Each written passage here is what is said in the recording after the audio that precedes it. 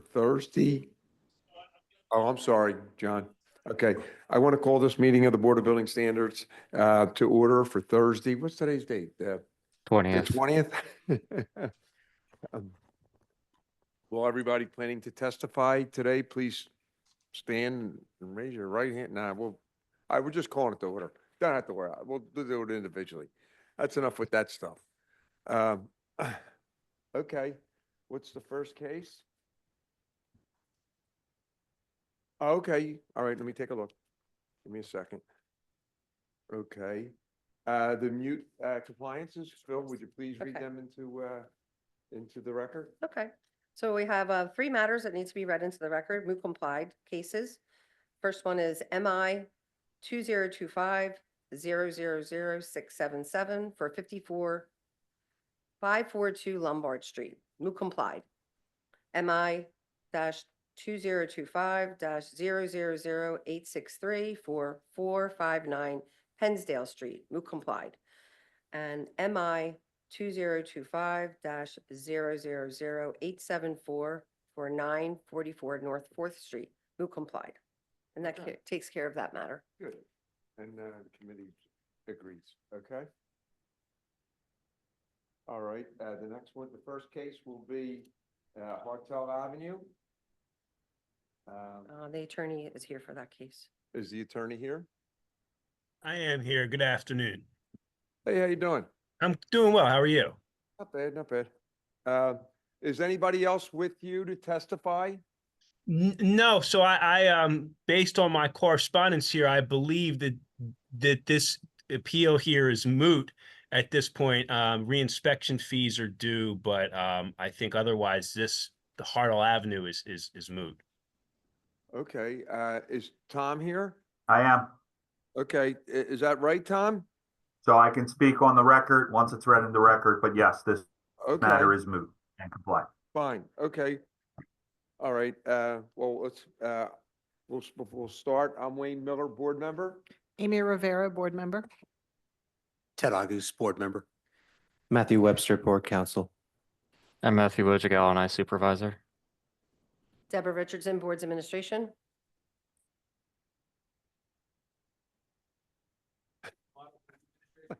Okay, Phil, could you read that into the record, please? Section gonna be Deb. Oh, Deb, okay, Deb, could you read that into the record? Case number 1, MI 2025 000-678 for 204 Hartel Avenue. William McLaughlin is here as the attorney representing the appellant. Okay, that's good. Thanks a lot.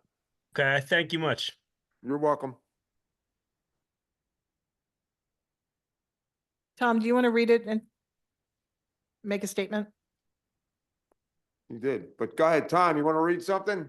If you want to swear me in, Yeah. Please raise your right hand, swear to tell the truth, nothing but the truth. yes. Okay, go ahead.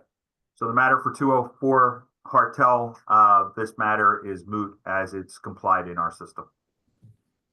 Thanks, Tom. You're welcome. Mm-hmm. Thank you.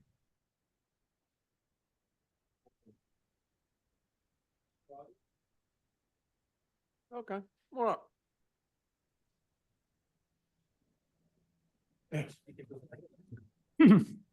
Hello, Good. Morning. Will you please? my name is Michael Calazo. Okay, could you please raise your right hand? Swear to tell the truth, nothing but the truth? I do. Okay, I'm Wayne Miller, board member. Oh, go ahead, Deb. All right. Okay, this is case number 2, MI 2025-000-575 for 531 Carpenter Street. Michael Calazo, Lazo is here in person. Mr. Calazo, would you please spell your last name for the... COLAIZZO. Perfect. I'm Wayne Miller, board member. Amy Rivera, board member. Ted August, board member. Matthew Webster, Board Counsel. I'm Matthew Wojcik, LNI Supervisor. Deborah Okay. Richardson, Boards Administration. Philip Motto, Boards Okay, could you please read that into the record? Okay, I know you did it first, we usually do it last. Uh-huh. No problem. You're just getting back in the swing of things, Deb. Okay, no problem. Okay. As a matter of record, I'm assuming from what I've heard before, you do not have a copy of my engineer's report that was sent to Illinois.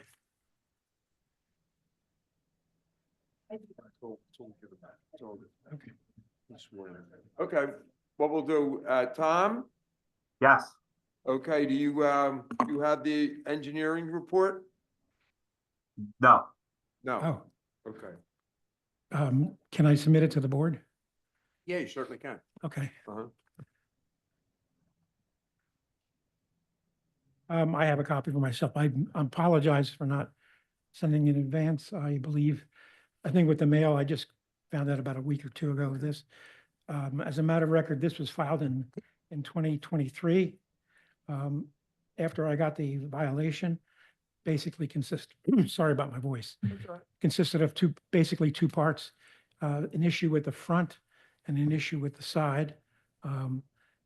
I think I know there was a fire 4 doors down, and the violation came a few months after. So I hired an engineer, the Remington Group, which came up with 2 findings. One, that no work needs to be done on the front. And that's the first in the report.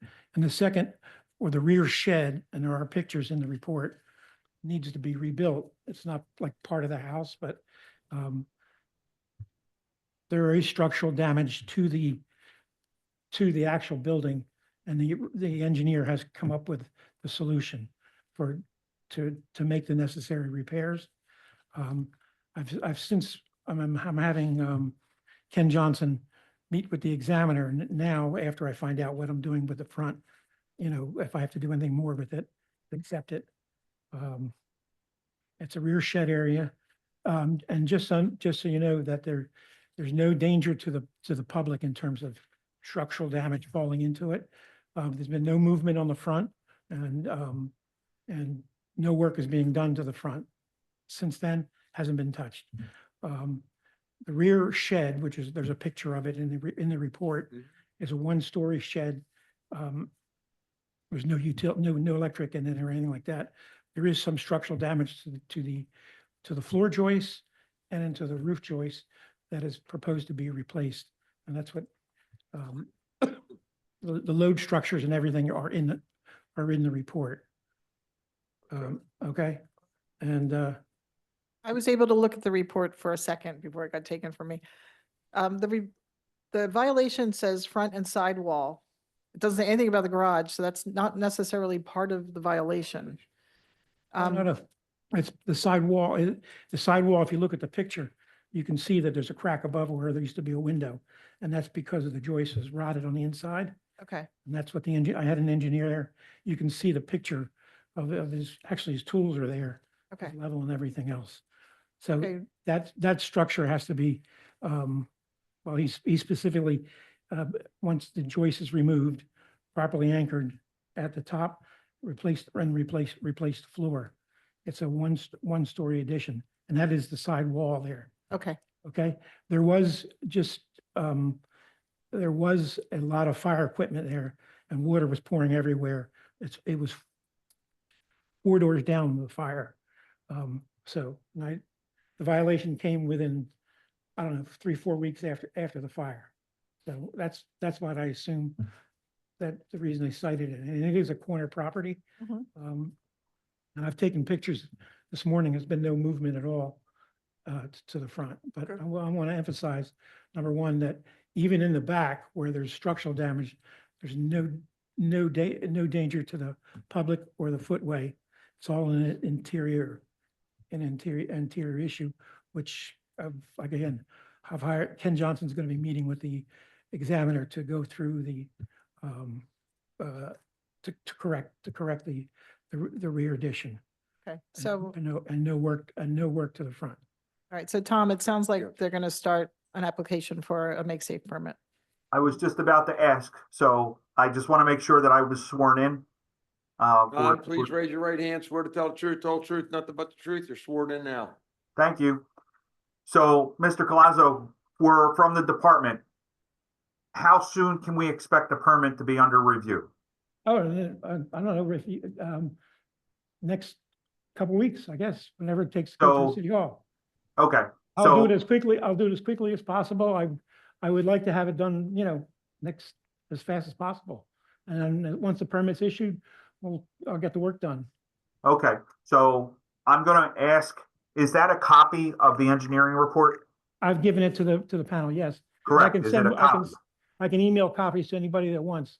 I was Okay. under the impression that it was sent last January. That's, So one of the administrators at the hearing or in the boardroom will give you my email address. What I'm going to ask you to It's do is being email sent me. over to you now, Tom, the engineering report. Awesome. So Okay, pal. what we'll do is off that report, if there is no work described for the front wall, we will mark it complied per your engineering report. But as long as the work on the side that needs to be done, that will be a proviso for the make safe permit. And Okay. under that, I would recommend to the board, since you are in possession of a report detailing repairs that are needed, that a make safe permit be under review within the next 60 days. okay. And that, and on the record that there's no danger to the public today. Okay, That's one. I fine. want to make sure of that. All right, you got 60 days to get the permit and Very good. start the work. Okay? All right, thank you very much. I You're welcome. appreciate your Good time. luck, all right? Thank you. Okay. Debbie, Rich scanned it and was sending it to Tom.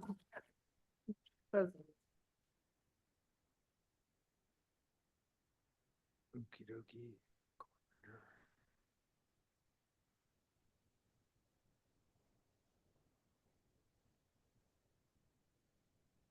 Okay.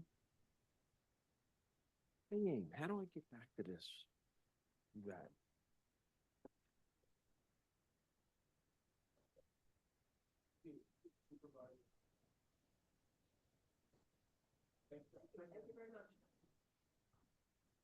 Oh, good job, Ian.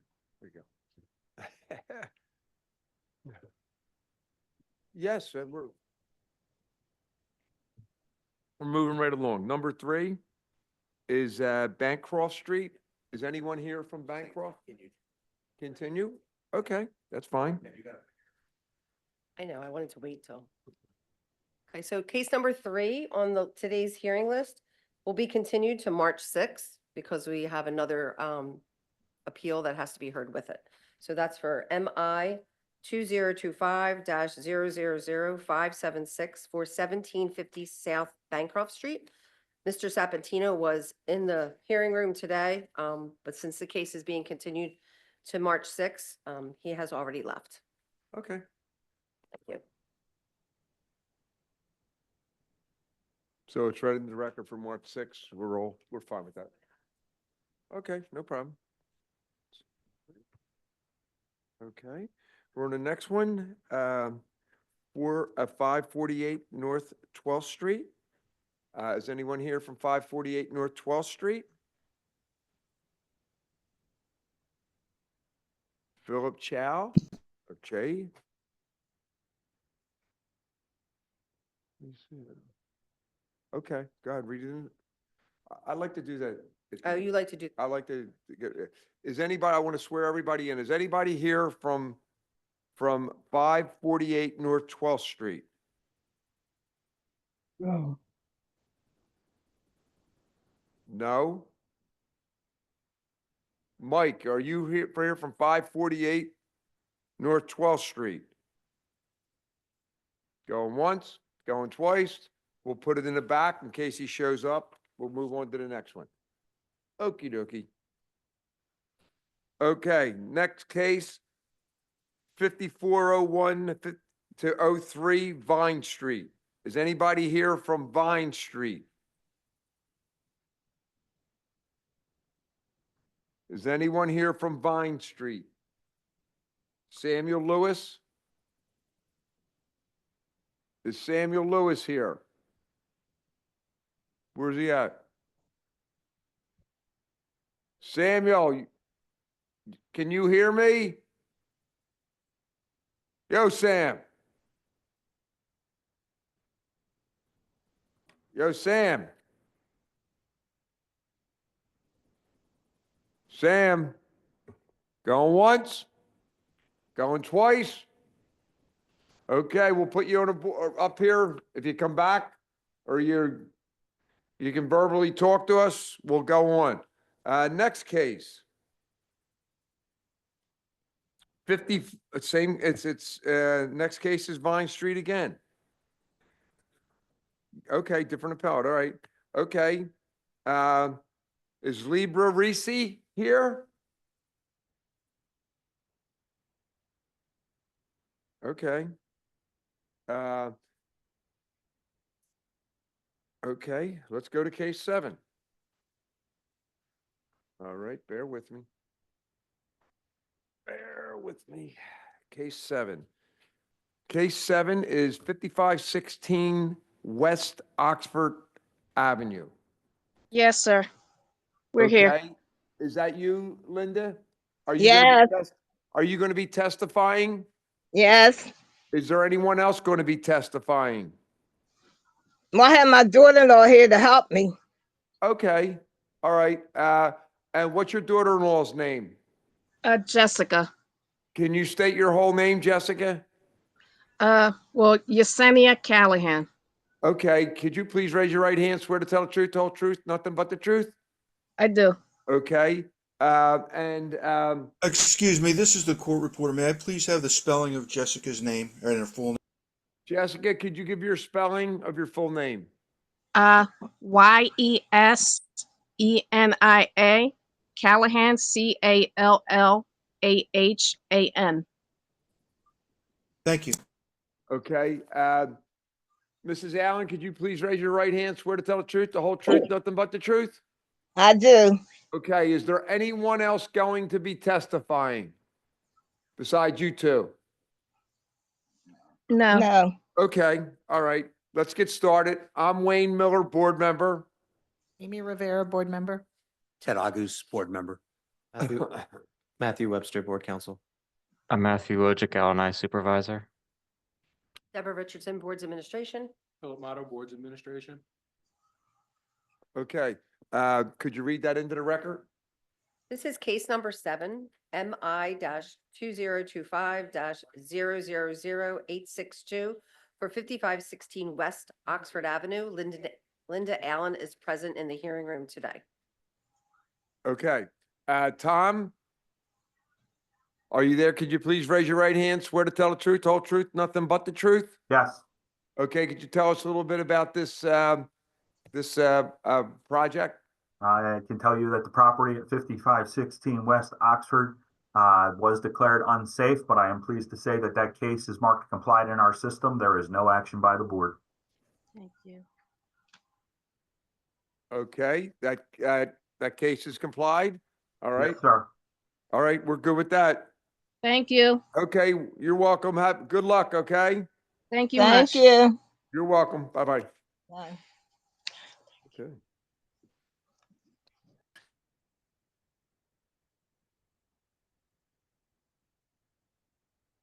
Yeah.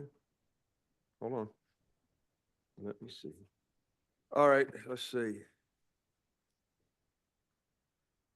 All right, case number 8, 1744 North Howard Street. Is anybody here from 1744 North Howard Street? Yes, I am.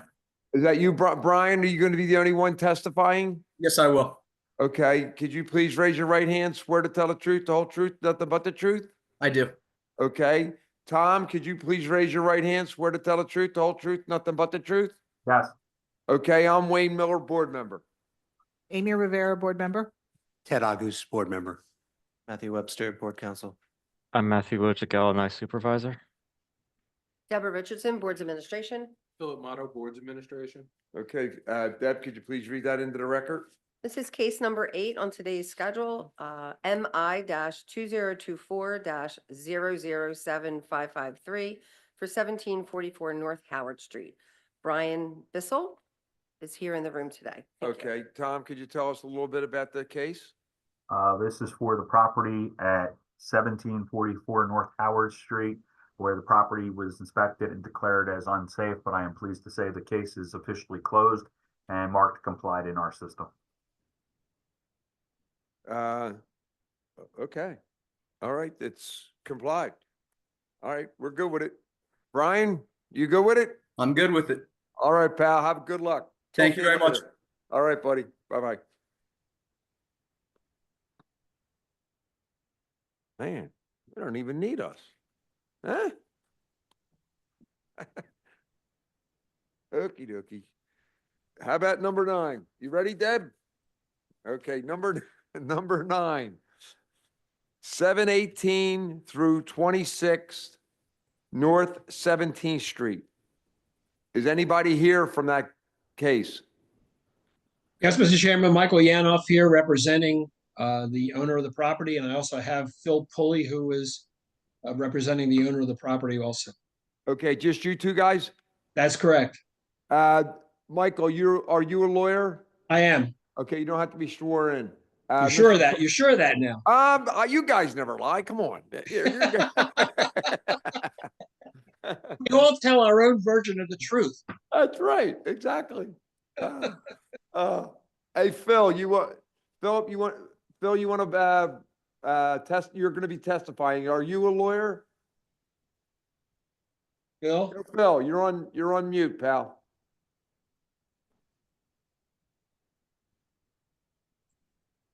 Yo, Phil.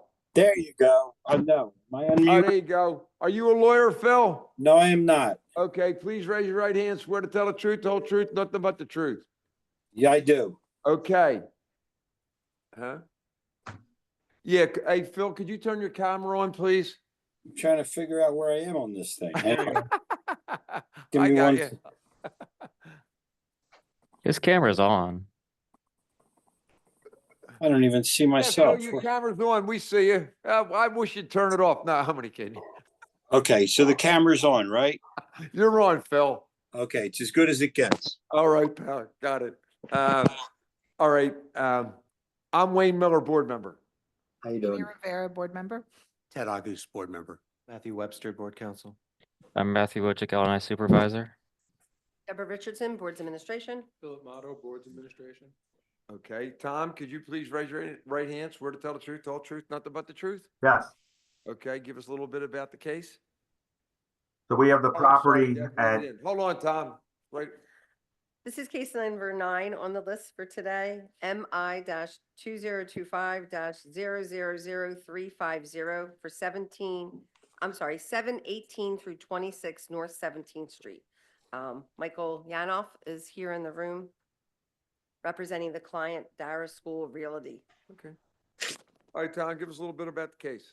essentially we have a multi-story apartment building that's located at 718 North 17th Street that back in October suffered a partial collapse of the exterior wall that ended up collapsing into the right-of-way and the street. The department was dispatched under emergency pretenses in response to the partial collapse. There was some cleanup that was done, but essentially the property was declared as eminently dangerous.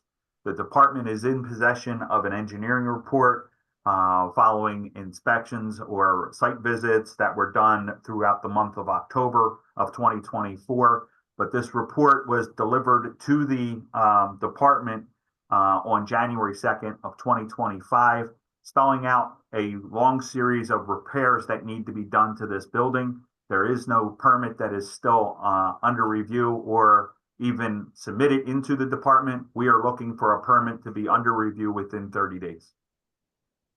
Okay. Whoever's going to, Michael, are you going to be presenting the case? What I'd like to do is I'd like to have Phil just explain what the situation is. Absolutely. Go ahead, Phil.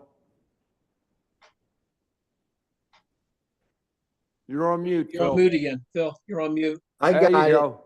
Okay. Yeah. So essentially what we have is we have an issue with the facade or in an area of the building. The rest of the building is in good condition, it's continued to be occupied. Just a We are moment, there's an going around and objection. around We with the need to insurance rule on the companies. objection, sir. Hold it, Phil, hold it. a minute. There's an objection. Mr. Rybakowski.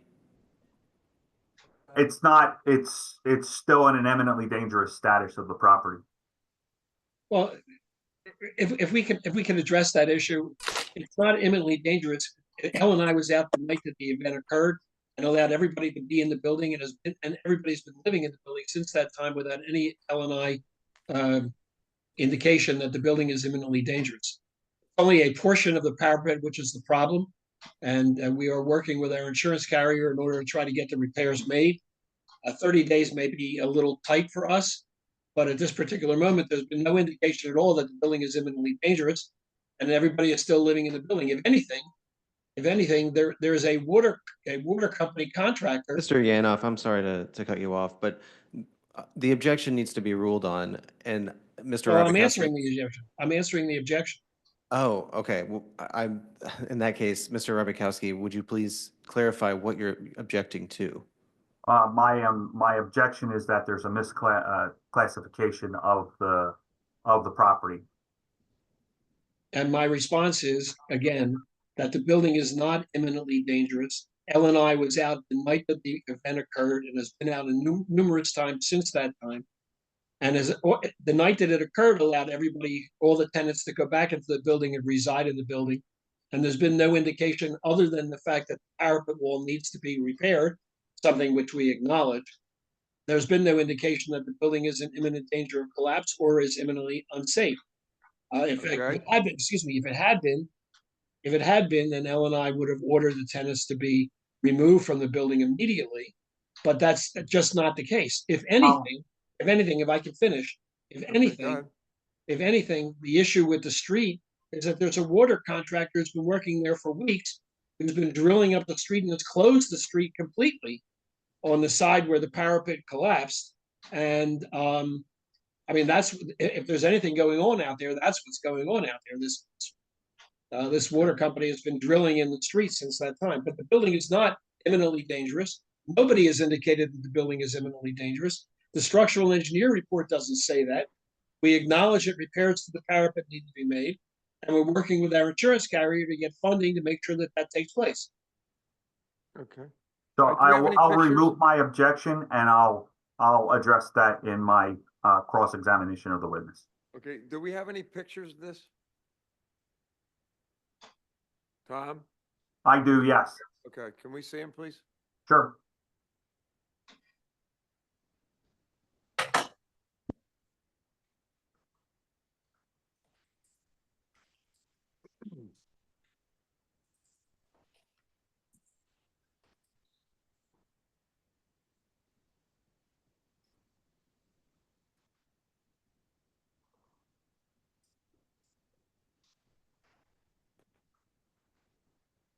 Can everybody see my screen? No, I Pictures just have it. aren't It up says yet. it hasn't come up yet. Okay.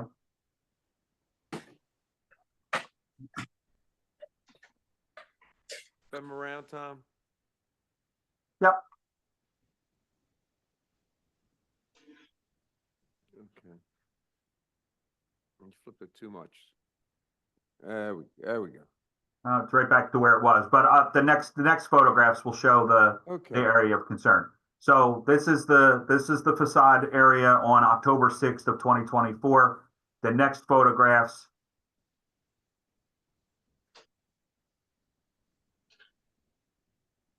represent the collapse that ended up on the adjoining or the abutting street of the debris that fell off of the building.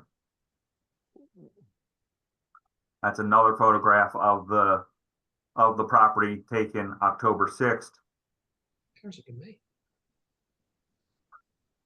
Another vantage point of the previous photograph that was shown. Photograph. Do you have anything current? Do you have anything current, Tom? I mean, obviously, we acknowledge the parapet fell in October. Do you have anything current showing the water sealing and the events and the work that's been done at the property since that? I have that. I'll get to it. Okay. All right. So these are additional photographs taken and other photographs. That's the debris cleaned up or at least pushed back into the right of way on November 4th. That's the area of that suffered the collapse. Another vantage point. These photographs were taken November 6th.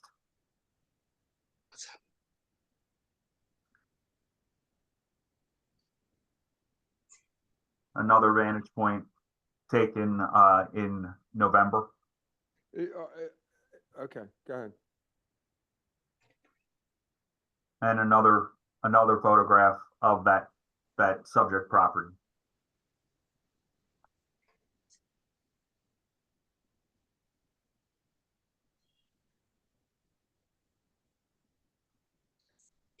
These are photographs taken in December, and you can see that the debris had been removed. Mhm.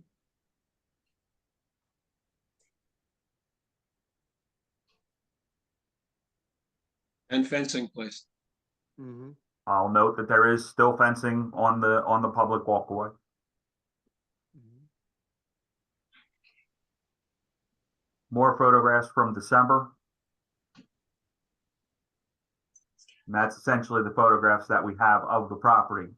But I will continue to share my screen because this is the engineering report that was supplied to the department. The report was supplied January 2nd, 2025. This report details a multitude of repairs that need to be done to the property. It was based on field visits from October 7th, 10th, 17th, and the 30th. The highlighting was not part of this document, but it's just a matter of record. And in the conclusions on page 6, it goes and spells out the areas of concern, and it is the brick veneer on the property that collapsed, and it has to deal with the brick ties that are attached or that secure the facade to the rest of the building. It illustrates there are other areas of concern. It illustrates that there are problems with other sections and the brick ties, and it illustrates 6 bullet points that need to be completed for the building to be or for work to be completed on the property to bring it back to a safe condition. The one that I would like to illustrate is based on our visual condition survey and professional experience. It is our assessment that the exterior building facade of Darrow School Apartments is currently in overall poor condition. Unsafe/dangerous conditions have been stabilized in most locations, but the original construction of the upper facade and its lack of ties presents a condition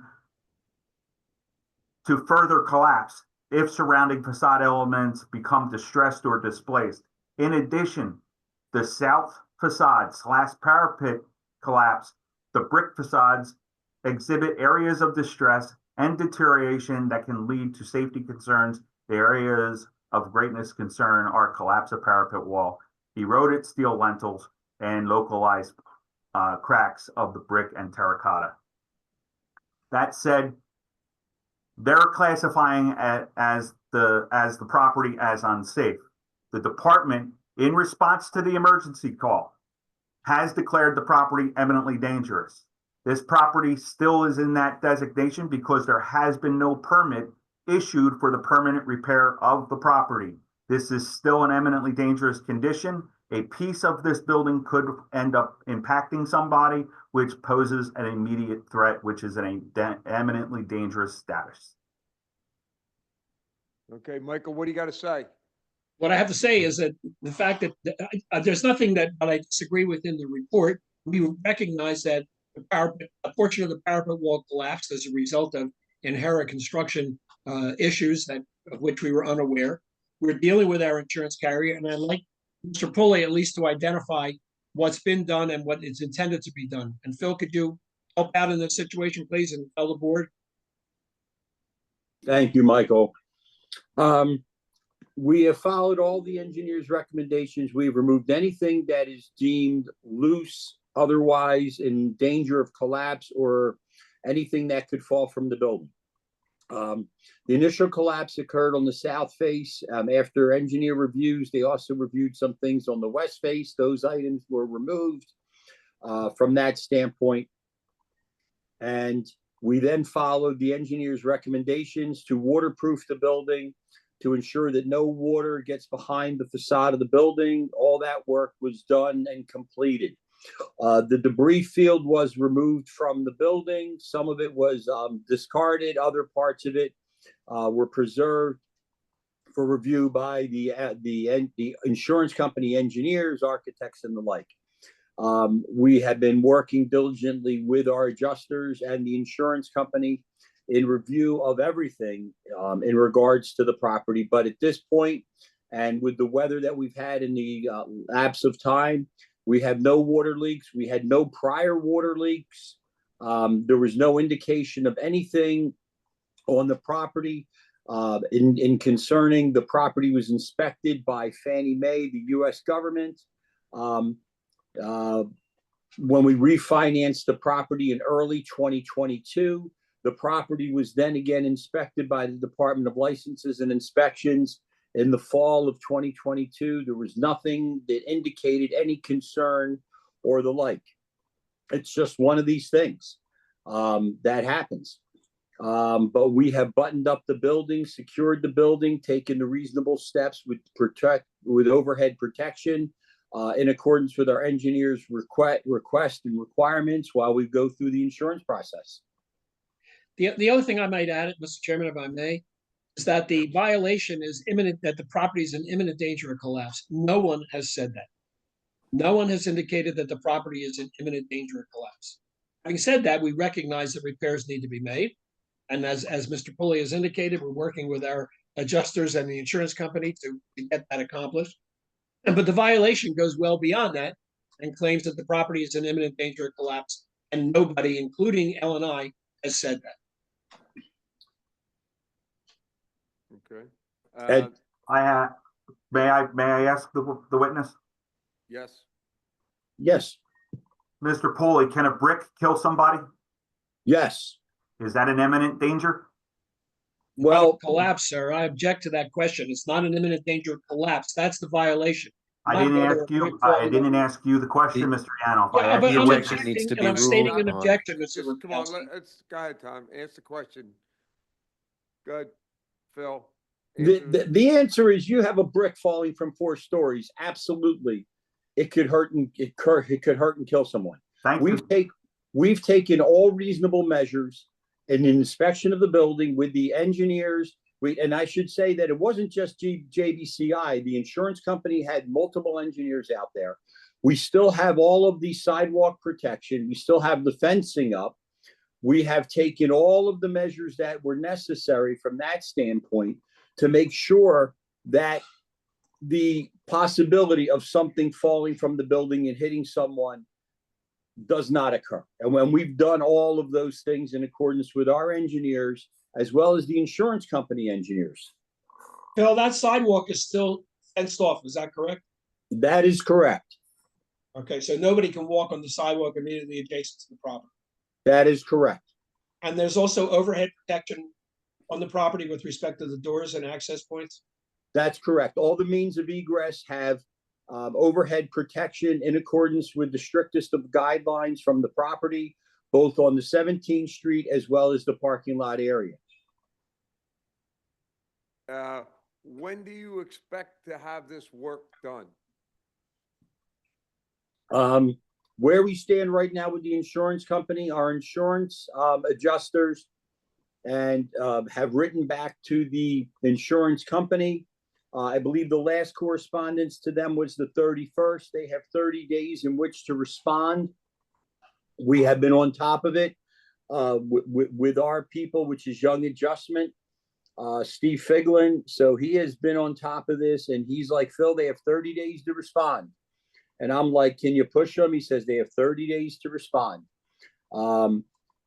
We have notified the lender. The lender has been intimately involved in this situation since the initial collapse. It is Fannie Mae. It is the U.S. government. I don't know what inspections or what efforts they have taken to analyze this. We have shared with them all correspondence, all of the reports, the same things that we have shared with the city of Philadelphia from that standpoint. So we've done everything and continue to maintain. So you have that fence up to prevent the stones from falling down. How wide is that fence away from the building? I believe it's 8 feet. Mhm. I'm not sure off the top of my head. I believe it's 8 feet. Okay. Is that only on the one street? It is only on Folsom Street. It wraps around to 17th Street on the southeast corner of the property. And it wraps around into the parking lot area of the property. And as I said earlier, both off of, or excuse me, from the property to 17th Street, we have a overhead protection. Once you get north of the overhead protection, we have fencing again going north to the adjoining property. So basically the property, nobody can stand within 8 feet of the property. It's all fenced off everywhere. In the parking lot side, I think it's 30 feet. It just worked out that way. And nobody can get to Folsom Street anyway because the street's closed off by the water company. Is that correct?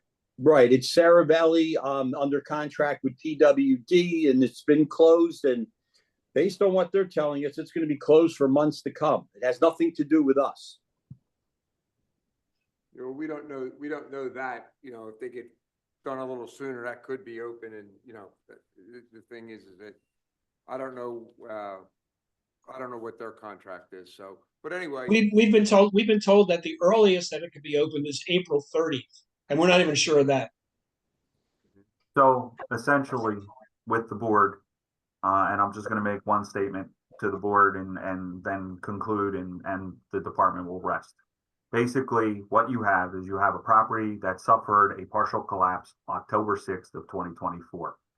Though I do see that, or what you have in testimony, as far as funding and insurance claims and all that, whether it be a good story to the board, it's irrelevant to the board. Essentially, what you have is a property that was declared eminently dangerous following a collapse. It still has areas of concern, and it is still designated as eminently dangerous by the department. A permit needs to be secured and work needs to be done to this property immediately. Even in the engineer's report that was supplied to the department, it has that repairs need to be done immediately. With that, I'm going to suggest to the board, or at least ask the board, to grant a variance that a permit be under review within 30 days. With that, the department will rest. Okay, under. Well, we can't file, if I may respond to that, Mr. Chairman. It's Sure, difficult go for, I'm sorry, it's difficult for us to agree, not necessarily we have to agree, but to agree that 30 days would be sufficient. In light of what Mr. Pulley told you, is that the insurance carrier itself is not going to respond within 30 days. We're anxious to get the building repaired and to do the things we're supposed to do. We just don't want to be tied to 30 days because we've taken some remedial efforts and we're not sure that we're going to get it done in 30 days, which is just going to bring us back here before the board again. Is the insurance company's response going to be related to the costs of the work or the scope of work that'll be authorized? Well, it's mostly, as I understand it, it's mostly cost. The scope of the work is part of the discussion with Mr. Figlin. Again, what needs to be done needs to be done. We're not arguing that point, which is one of the points of discussion between Mr. Figlin for Young Adjustment and the adjuster for the insurance carrier. But for the most part, it's also cost. But the cost of the scope of the work, once that's determined, I mean, it's going to be based on what needs to be done to make the building safe. Yes, absolutely. So the financial resolution of all that may take longer. And so to Tom's point, I think our feeling, and obviously we can discuss this further, is that having that permit in review within 30 days is, paramount to making sure that the work actually gets done in as reasonable a time frame as possible. I would respectfully suggest that we go out 60 days to give us enough time to get this accomplished. Otherwise, at 30 days, we're probably going to come back in here and say, we're still reviewing the scope of the work. And we're still trying to get that accomplished, and we're gonna be back where we are before. I think, with all due respect, I think 60 days is a much more reasonable time period. I believe that matter should be settled by the Court of Common Pleas and not this jurisdiction, because they already would render their decision. I would not want to see more than 30 days. That was a horrific failure of a parapet that probably showed signs before it collapsed. That No, it did. The fact is, it didn't. Man. The fact is, this came as a complete surprise to us. This does not show signs of that. We had no advance notice of this whatsoever. it was a horrific collapse. There are still areas of the building that the structural engineer is not sure about and doesn't feel that they're safe. And I will not give it more than 30 days. Tom, I have a question for you. When you say imminently dangerous, what time frame does that mean that you would go and act if something wasn't done? If a permit is not under review within 30 days, if that's the ruling of the board, then the department would seek No, another line of no, enforcement. I'm not asking that. What Okay. I'm asking is, if it's imminently dangerous, is the rule here that you have to have a permit within 10 days? Following the notice that was sent following the collapse in October of 2024, the notice gave approximately 10 days from that notice that a permit or that action needed to be taken with the department, and we're still sitting on February 20th of 2024, and all we're hearing about is funding is a issue. So we're still looking, and this has been since October, the beginning of October. So you're looking November, December, January, and now the beginning of February. So you're looking at over 4 months of this property being open to the elements. Okay, fine. Aim, you're 30 days. Ted, you're 30 days, and I'm 30 days. You got 30 days to get a permit to work on the building. 30 days, I believe, is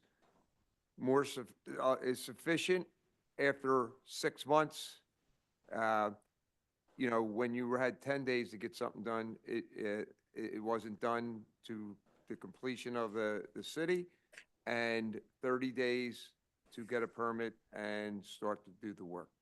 That's it. Thank you. Thank you for your time. Thank you.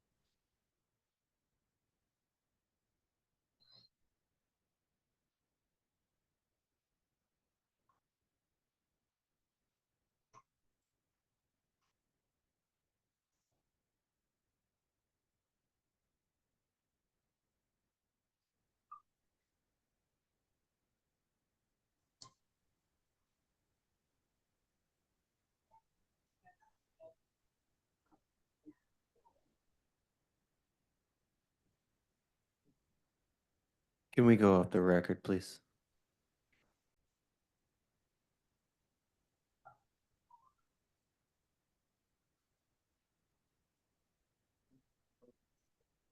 We're going to go back to case number 4 on the schedule for today, MI 2025-000578 for 548 North 12th Street.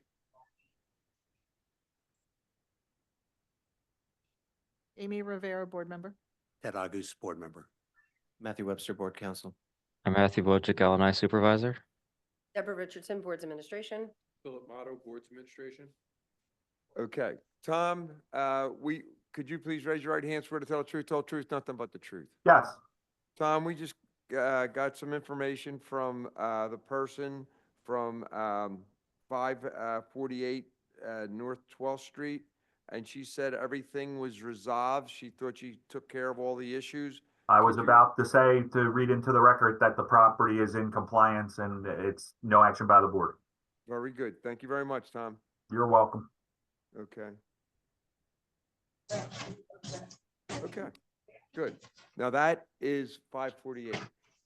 Let's go to number 5 and number 6, or number 5. Let's do number 5. All right, that's 5401 to 5403 Vine Street. Mr. Lewis. Mr. Lewis is on the screen here. Mr. Lewis? Mr. Lewis? He's still on the screen. Looks like, is he the one that's muted on the phone? No, he's not muted, no. Oh, that one.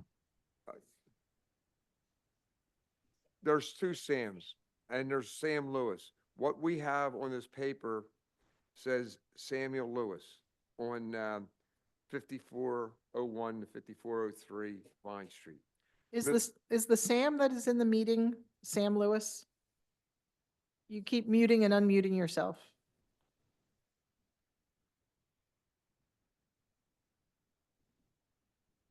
Excuse me, what did he say? No, we can't hear him. No.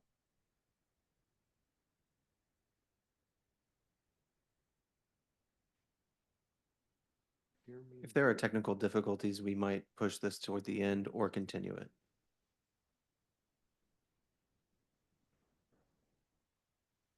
I actually have another matter in another court, so if we could continue it for technical difficulties.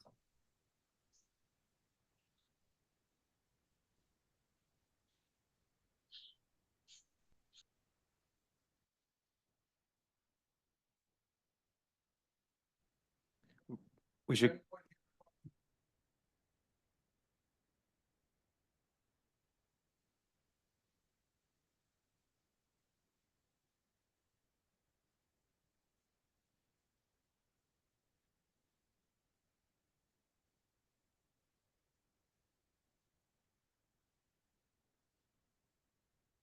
Excuse me, this is the court reporter. Mr. Miller, if you're speaking, I cannot hear you. Okay, I said I'm getting a little bit tired of continuing cases when people don't show up. Did you get that, John? Yes, sir. Okay, pal, good. All right, now we're on, let's see, we're on Darien Street, case number 10, 2151 North Darien. Is Excuse me, anyone here from 2151 North Darien? excuse me, Chairman. Are you continuing both 5 and 6 because they are the same matter, address? Yes. But Mr. Well, Lewis- we're continuing 5 because it was said that people were saying that they need a continuance. Number 6 is not here, but we're giving the continuance. I guess they're both, because Sam Lewis has technical difficulties, and the other case on the same address, the person's not answering anything. Wayne, I can we- believe, I'm sorry, I believe we can dispose of number 6 because they are not the owner of the property. I don't know why, I don't know who filed the appeal, but they do not have standing. Okay, they don't have standing on number 6, Libra Reese. can we caucus just for a brief moment? Sure. Okay, we are Wait, dismissing. excuse me. Yes, I just started now. Okay, we are dismissing case number 6, 5401 to 5403 Vine Street.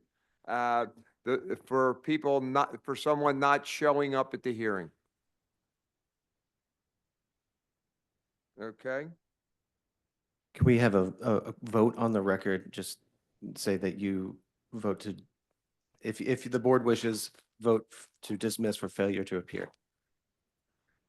Failure to appear. Well, the person with no standing has nothing to do with this because she has no standing.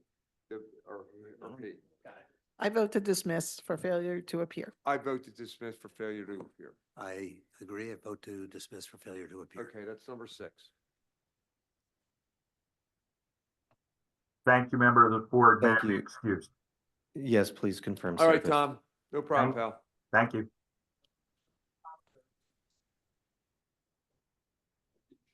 Okay. Okay, put it on a record.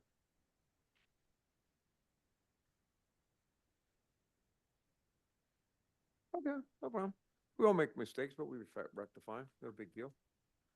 So for case number 6, service was, hearing notice was sent out on January 29th, 2025.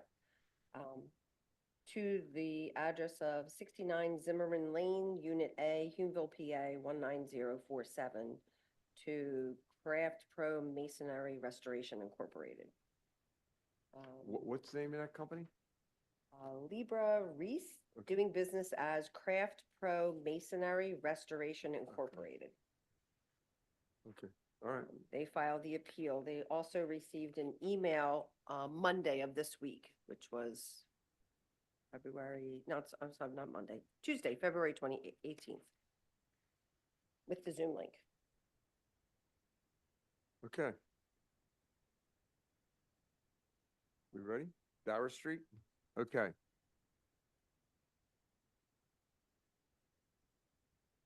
Who's here from Dower Street?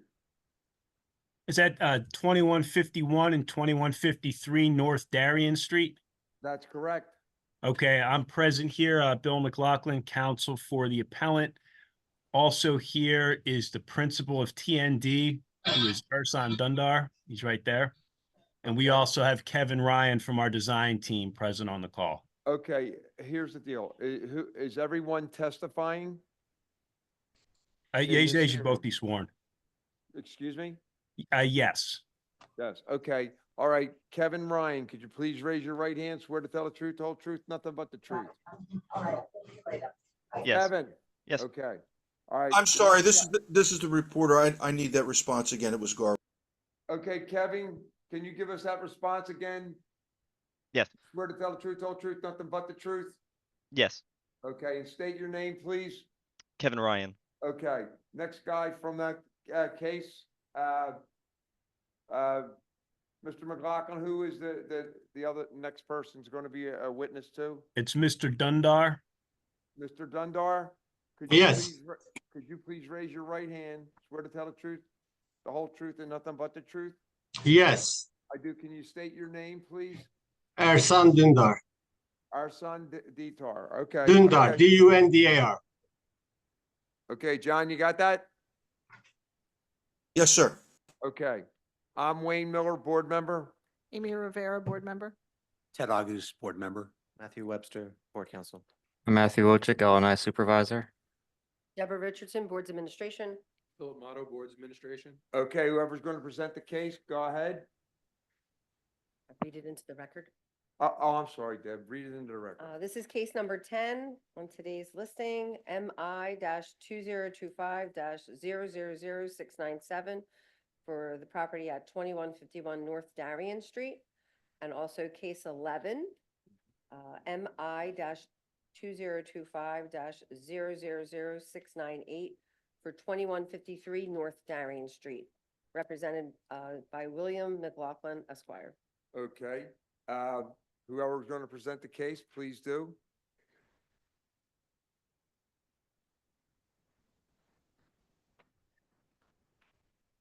Members of the board, did you want to hear from the department first, or did you want to hear from me first? Whoever's the department, sure. No, this isn't a. Now, this is a This refusal. isn't a refusal. This is not a, Yeah. yeah, Yeah, the department statement is the refusal. yeah. So whomever's going to present the case, telling us, go ahead. So by way of a very brief opening here, this involves a refusal of a building permit. We submitted these plans in 2022. The plans were approved. Construction started on both of these sites. A foundation was poured according to these plans. Work subsequently stopped due to a funding issue. The permit expired. My client reapplied in 2024, the exact same plans, the exact same site, and a refusal was issued. And so we take issue with the refusal. We believe that the plans do comply with code. There is an egress from the backyard up by the side of each property. And the plans are submitted as exhibit number 2 in our packet of exhibits. So we believe the refusal is an error, and we are asking to be that the building permit be issued so that we can commence work on the site. Do you have any pictures?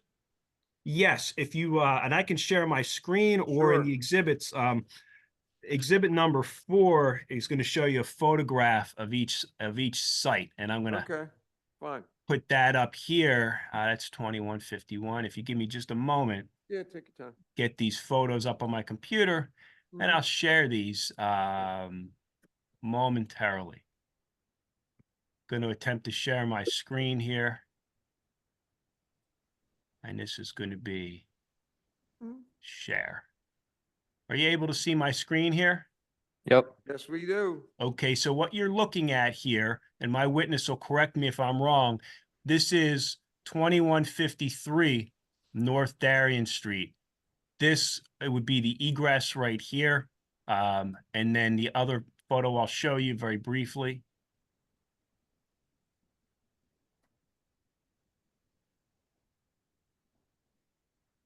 I'm going to switch to 2151. As you can see, this is a twin. 2151, it's not built up to the lot line. You can see that there's room here for an egress at the side of the property and at the rear of the property. So these are the photos that we have of the site. These are also in the exhibit packets that were submitted. How much egress do you have in the back of the houses or wherever you're exiting? I'm going to ask Kevin to answer that as a design professional. There is no egress in the rear. This is used as a tunnel to get to the right of way in the street. So there's a tunnel, so you're coming out an egress well in a rear yard and you have to run back under the building to get out. There's an offset from the first floor, correct? Okay, that would require a variance. And that's the same with both houses? There's Yeah, gonna be yes. Tunnel both- alleys? Yes, both houses share that. Matthew, I haven't had a chance to review the plans. Is that what you're seeing? Yeah, they share an alley of 1 foot each, the total then being 2 feet. Right, Kevin? It's about like, it's like 1 foot each side. That's correct. Yes. Okay. In that tunnel that goes out? So when you say they're sharing, the pictures that were just presented to us, it looked like the first picture showed the alley on the left side and the second picture showed the alley on the other side. So how are they sharing that alley? Can you show the photographs again, please? Yes. Yeah, let's see that. Start with 2153. You see that? Yes. Yeah. Yes, we do. Yes. The adjacent building to that, hold on, let me pull it up on my screen as well. Where is the property line in that photograph? We have zoning drawings that helps as well to dictate this. I can pull those up if necessary. As though it's the other building's property. So the question is, the construction of both that wall along there and the overhang, what is the rating of that wall and that ceiling? Will become ceiling of the tunnel. And my understanding is the building that is built, is that the address we're hearing, or is it the basement lot next to it? The basement lot is the address that we're hearing Okay. right now. The building that's built is the neighbor, which I don't want to speak out of turn, but Kevin can tell us exactly where the property line is on this. Yeah, that is 2155. Right. So this is 53. The building that's built here is 55, right?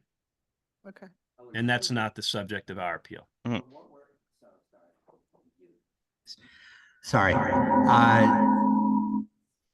Never mind. Let me undo that. Yeah. Is that better? Yeah, sorry. It appears that there's an overhang there from the photo, that is entirely on the neighbor's property. Otherwise, they would be building on your property. So our question, in order to utilize that space, and I don't know whether it's a legal alley that they are partially building over, or whether it is, when you build your wall, there will be a tunnel. Our concern will be the rating. I mean, typically, if we allow this on new construction, we would require a 2-hour separation of that wall and of the ceiling over it. So Kevin, can you tell us what's going on? Yeah, I apologize for any confusion, just to confirm this.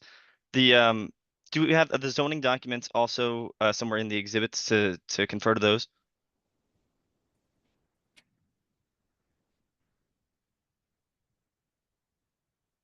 I have the permit, I have the plans that were submitted. Do you need the original zoning permit? I just want to show what the zoning plan looks like, because this egress, well, the egress alley is shared between the two buildings that are there. Now it's slightly raised above ground, right? So you can see, sorry. No, go ahead. Would you like me to share? I'm gonna look for it. Go ahead. Okay. If you confer to the zoning documents, it shows that the egress is 1 foot off from the center of those buildings. So not from those the adjacent ones that are to 2155 and 2149. It's shared between the two of them. Sorry, do you mind sharing the zoning documents you're referring to? We don't have easy access to that at the moment. Yeah. I think I'm Bill's bringing them up. attempting to do so right now. Yes.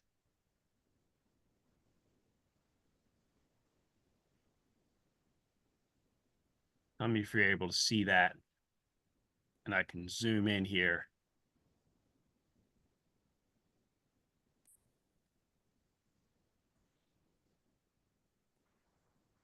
I mean, where you need me to go, Yes. Kevin. So, I mean, if you're looking at the plans, so the plans, for example, you see on the right-hand side, there is a first floor alley that is, go a little bit north, further up in that plan, please. So right there is the egress. You can use that, the egress well, you can use that as a kind of like a visual aid. This is 2153, so that's the one that's adjacent to 2155. And then the one that's on the opposite side is 2151, and they share that egress well, egress alley between the two of them. And I think there was a question about the 2155 here and where our building is in relation to the property line. And am I correct? There's 1 foot on each side here. It's a total of 2 feet. Yeah, that foot that Other you're side. seeing, sorry, either the foot that you're seeing in the photograph is an offset from the adjacent 2155. And then the one that we're proposing is, you could see it right there, 2153 is on the right-hand side, shared between the left-hand side property of 2151. And these are the same plans that were approved in 2022. Am I correct? Yeah, these have not changed. Okay. And nothing changed in the rear here? No. Matt, correct me if I'm wrong, but wouldn't an alley need to be a minimum of 3 feet? So if it were approved, it would have been approved in error. Yeah, that's a more tricky question. Is that for emergency escape and rescue openings, it doesn't have any rules about how wide that path to the public way needs to be, at least in the IRC. Specifically, it just says provide access to a public way. But generally, these end up being like, when they're shared, like half and half like that, they generally are like, 1'3" on one side, 1'3" on the other, for a total of 2'6". Like that'd be typical. And I've shared here R310, which is the section of the code that the refusal was based on. And I concur with what Mr. Wojcik said. There's no specific width that's specified in here. It just says that we need a means of egress, which we do have. One thing that's in our packet as exhibit number 6, there's a house in the rear here on 8th Street. So it shares the rear property line.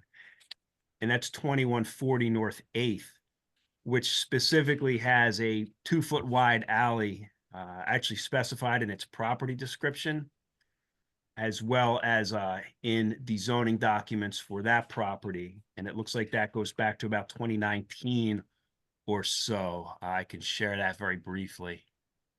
Is this alley an easement since two separate properties are sharing it?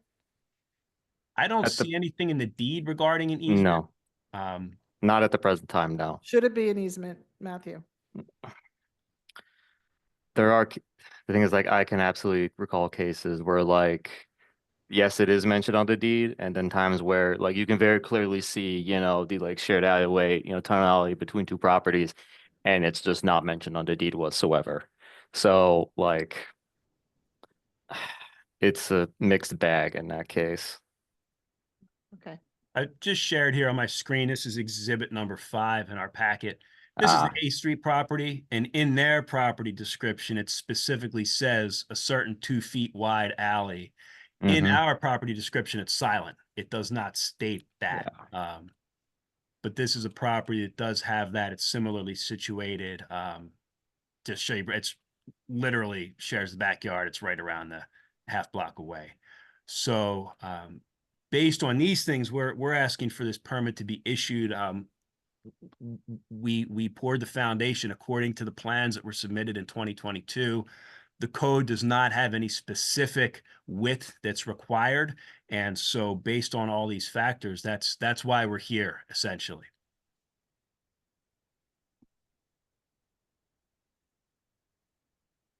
And our plans are in here if, for review. I don't think there's any question that the work was done according to the plans. You can see they were previously approved.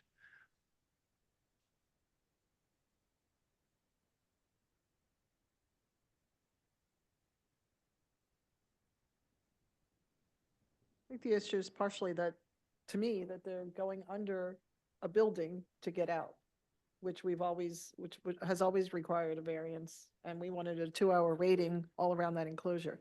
You're gonna seal up, when you build straight up, you're gonna seal the sky, correct, from that alley? Correct. They can control their half. They can't control the half that's already built. So, Unless they amend it or add to it. but they'd be doing that on the neighbor's property. So, I think under the circumstances, I think it's reasonable. I think that, the evidence of a 2-foot alley being sufficient elsewhere is, I think it provides adequate way out. So what would the rating be in the alley for the? I'm sorry, this is the reporter. I'm having difficulty hearing. Should we ask for a 2-hour rating on their own Yes. property? Yeah, the parts that you can control. Mm-hmm. We would ask that. We don't object to that. We would accept that proviso. Great. Okay. So any roof you're building over this alley, that for that 1 foot, and your wall needs to have a 2-hour fire rating the whole length on both properties. And Yes. Kevin, I see you nodding. Yes, it's doable, very doable. Is there any building on the other side of 2151 at this point? There's not. Okay. The vacant lot, I guess that would be 49, appears to be a Other- vacant lot. And is that building also only cantilevering out 1 foot? Yeah, yes, sorry, yes. Okay. We good with it?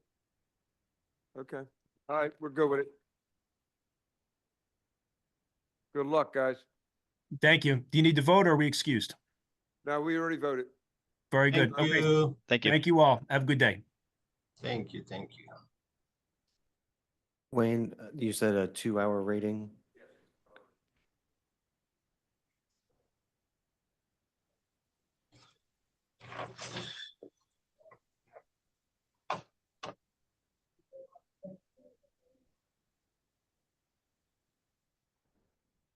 Okay, yeah. Mhm. Yeah.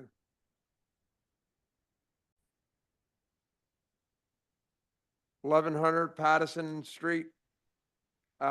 Who's here from 1100 Patterson Street?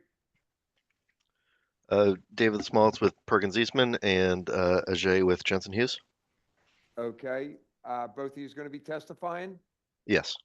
Okay, could you please state your name and please raise your right hand, swear to tell the truth, nothing but the truth? David Small's, and I do. Okay. You're on mute. Ajay Prasad, I do. Okay, great. All right. I'm Wayne Miller, board member. Amy Rivera, board member. Ted August, board member.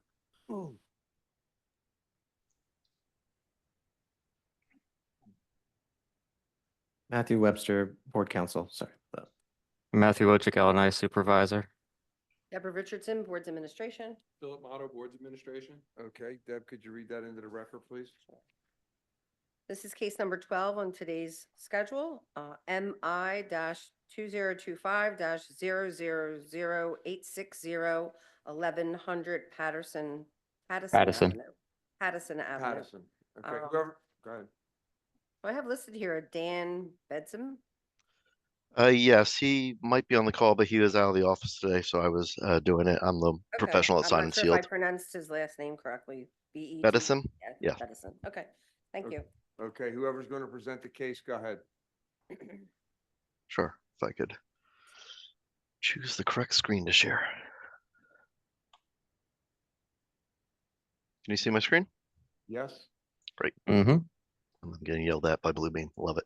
I may have technical difficulties, but we'll start. Yeah, so we're here for a expansion, exterior expansion to Xfinity Live, located in the Stadium District, as we said, the corner of Pattison and 11th Street. There are 5 new exterior venues being proposed. Here's renderings of those. Specifically, we are here for a 2-story exterior pavilion that is within 10 feet of the imaginary lot line between the existing Xfinity Live building and this new venue. That is shown here as number 3. That's the ground floor of the pavilion. And number 4 here is the second floor of it.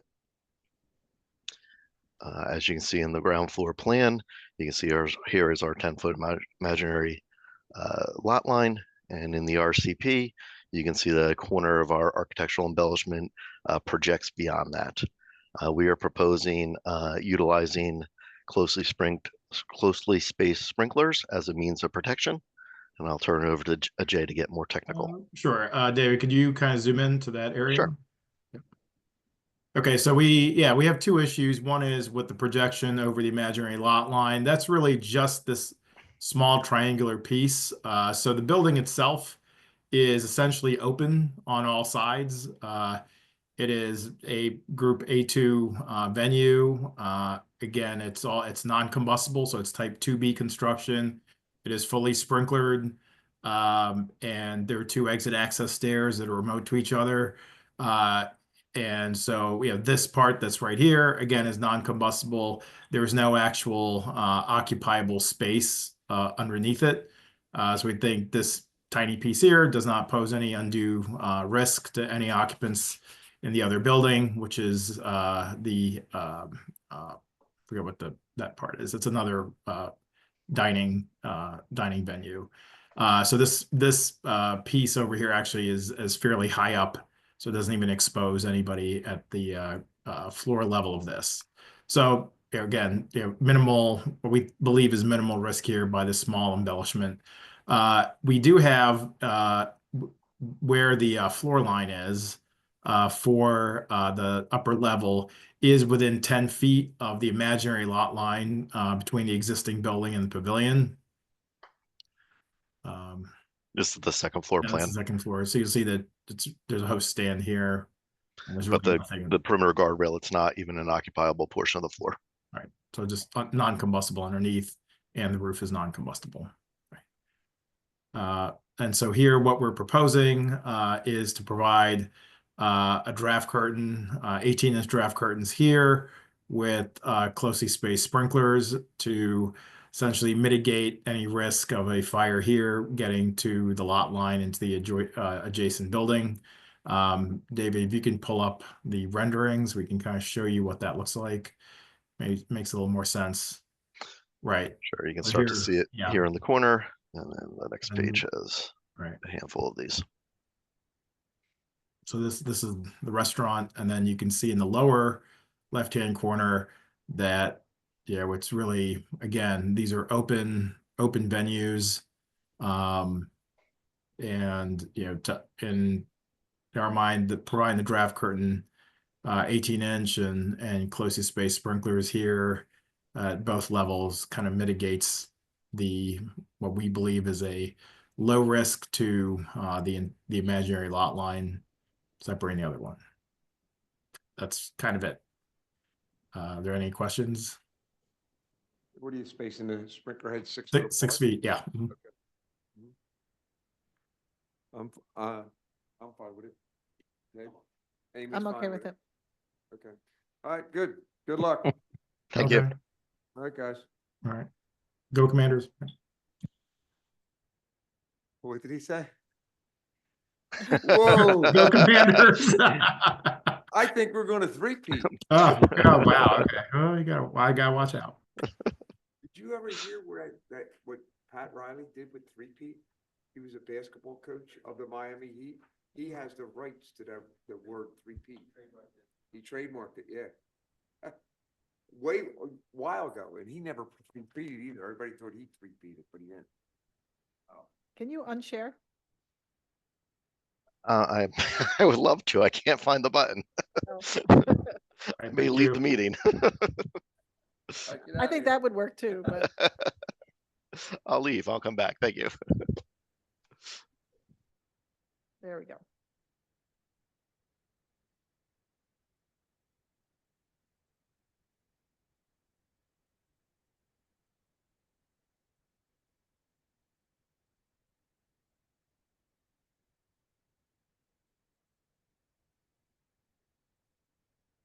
The glasses okay? Are the glasses okay? Okay. My son got them at, no, it's okay.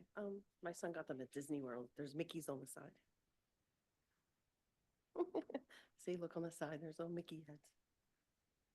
So number 13 is next. There's someone in the Zoom room for number 13, and we have someone in person as well. Okay. I'm sorry, this is the reporter. I'm I'm not sorry, here. John. I got it, pal. Who is in the Zoom room for 617 South 24th Street? 613 through 613? Okay. Yeah, 6 613 through through 619. I'm sorry. Julie Morningstar is All here right, for this Julie, project. could you please raise your right hand, swear to tell the truth, whole truth, nothing but the truth? I do. Okay. Could you please state your name and, then you have somebody Steve else. Rodriguez. okay, could you please raise your right hand, swear to tell the truth, whole truth, nothing but the truth? I do. Okay. And there's Adam. I'm Adam, sorry, where you at? excuse I'm me. here as well. This is the Okay. reporter. I did not hear the gentleman in the hearing room's name. Steven Rodriguez. Okay. Is that good, John? Thank you. Okay. Adam, please Yes. raise your right hand, swear to tell the truth, whole truth, nothing but the truth, and state your name. Yes, Adam Montalbano. Okay. All right. I'm Wayne Miller, board member. Amy Rivera, board member. Ted Agus, board member. Matthew Webster, board counsel. Matthew Wojcik, LNI supervisor. Deborah Richardson, Boards Administration.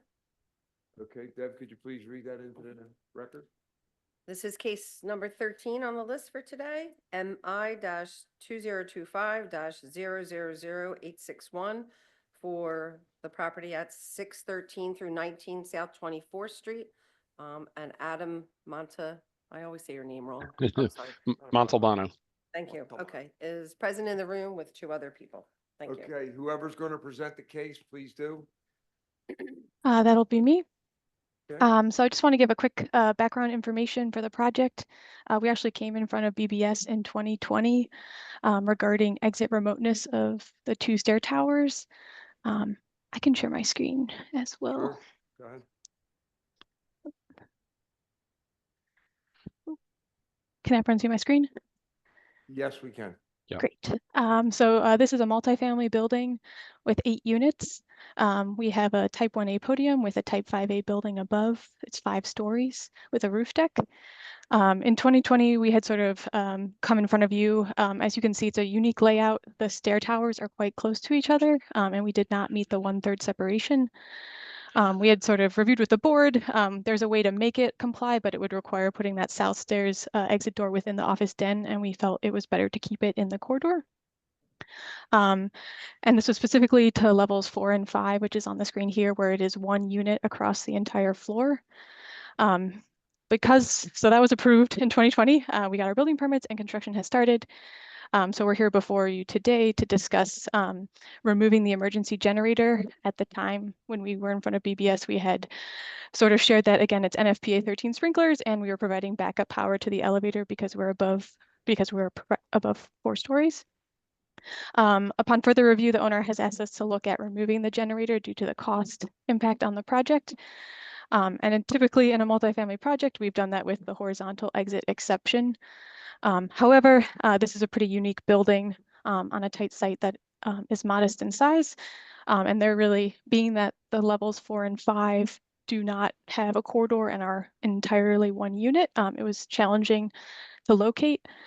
So what we sort of had provided in our submission to LNI was basically sort of utilizing the stair towers both as a horizontal exit as well as our stair tower, arguing that the unit has 2 exits and the stair tower landings provide enough area of refuge to meet the horizontal exit requirements. You have a fire pump for the sprinkler system in there?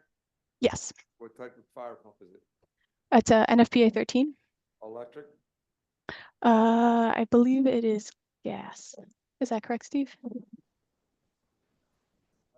It's electric. So either could be electric or diesel. I was just. Oh, sorry, it is electric. Yep.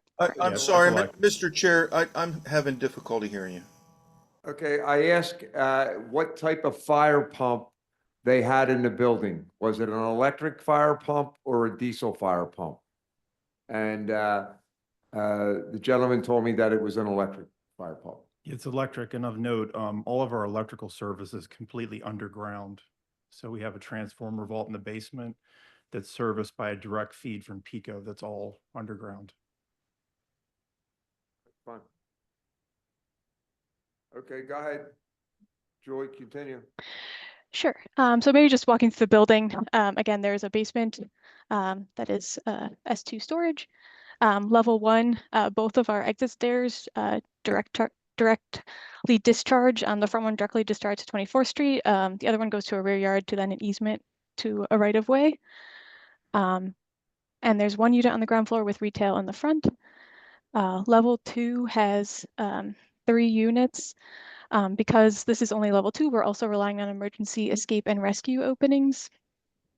Level 3 has 2 units and again relies on the stairs and emergency escape and rescue window openings. And then again, level 4 and 5 are single units. So really what we have also added since our submission to LNI is we're proposing to also uprate the wall that's already existing here that sort of divides the floor space further, provided a 2-hour wall that connects the 2 stair towers. This again is attempting to sort of subdivide the building further and provide some protection to the 2 stair exits. So that 2-hour wall would be both on level 4 and level 5. We're also proposing where this wall sits, this floor ceiling assembly below it in the blue hatch would also be uprated to 2 hours. Anyone have any questions?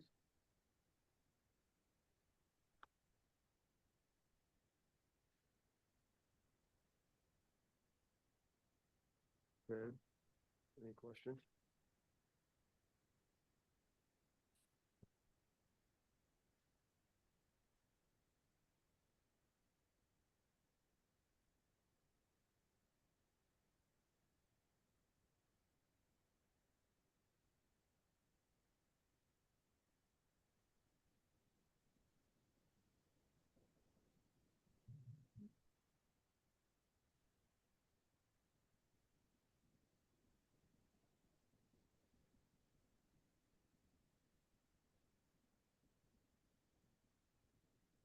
Are there any other comments or questions? The only thing, Matt Wojcik, maybe if you could just give us your thoughts on this. Right, okay. Let me just go back to the refusal. So the main thing is to remove the standby power.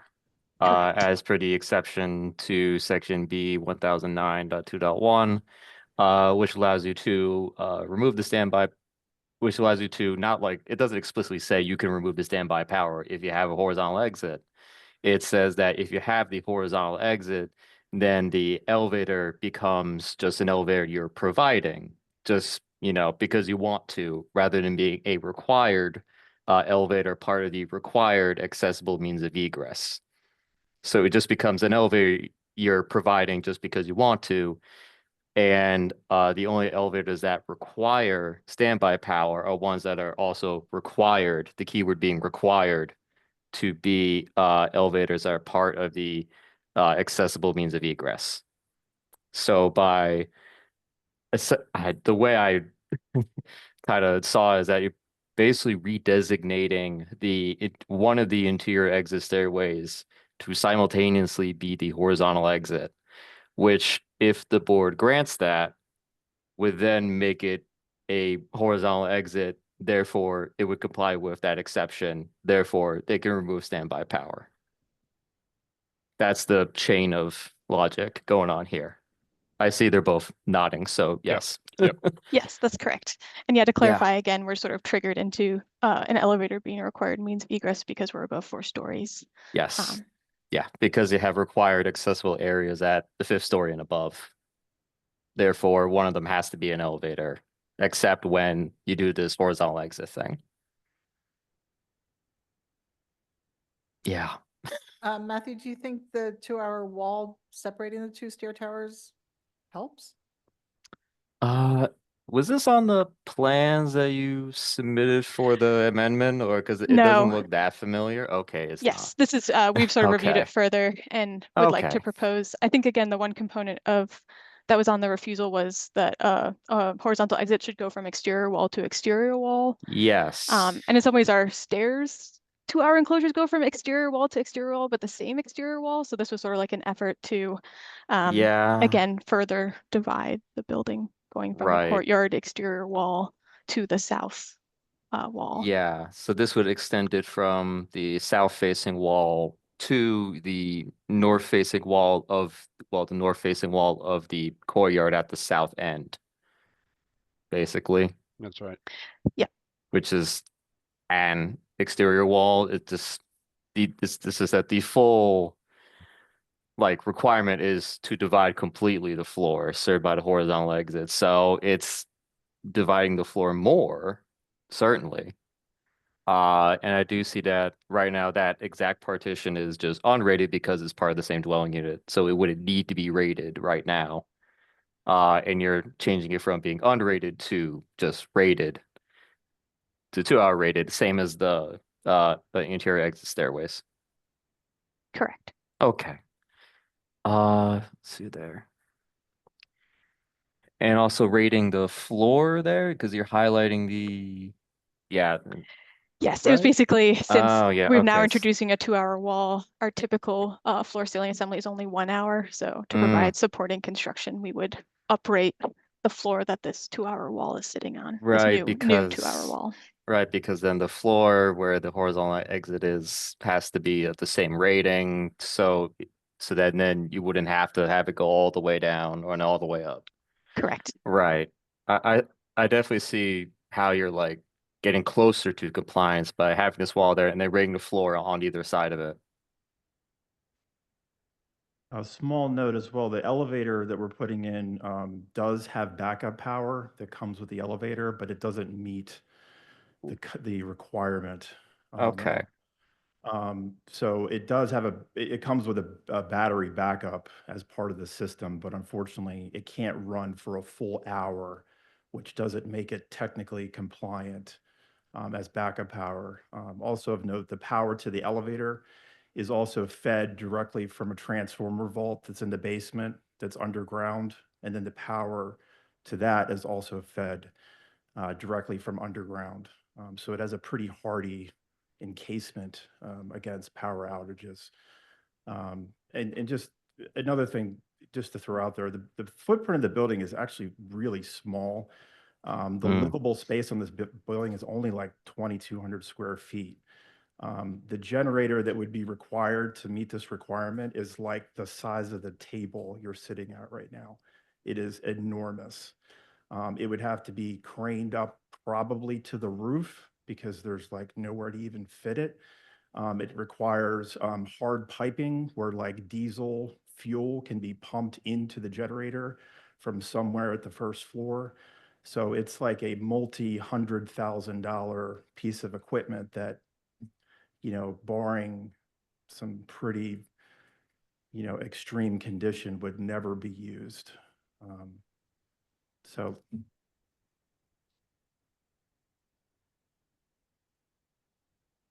mean, the electrical stuff I can't talk to because I don't review the electrical stuff. So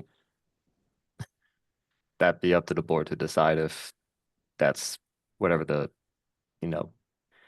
equal or better construction. Do you know if horns and strobes are being provided on the roof deck?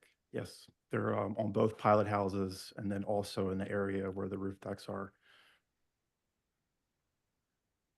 Okay, let's caucus. Okay.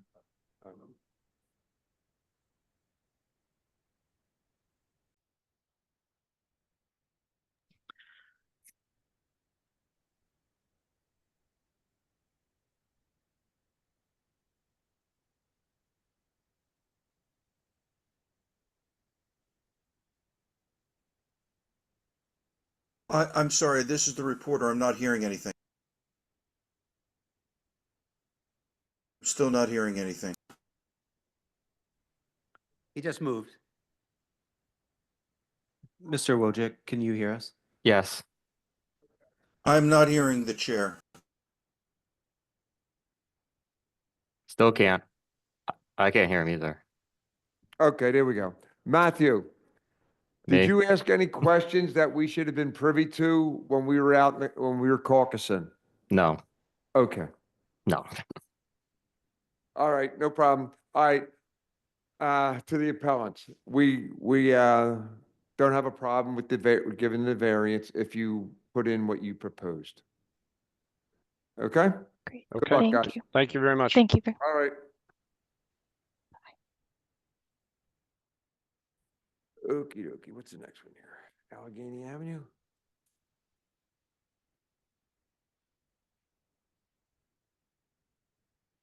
Okay.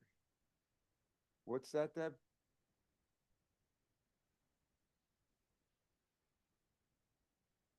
What's that, eh? Yeah, we did one, huh? It was on the back of, How you guys doing? good, how you doing, buddy? Hanging in. All right, good. Once it begins. folks, That's all you I'm can gonna do? speak into the micro- Okay, let me see. Do you have it, Aim?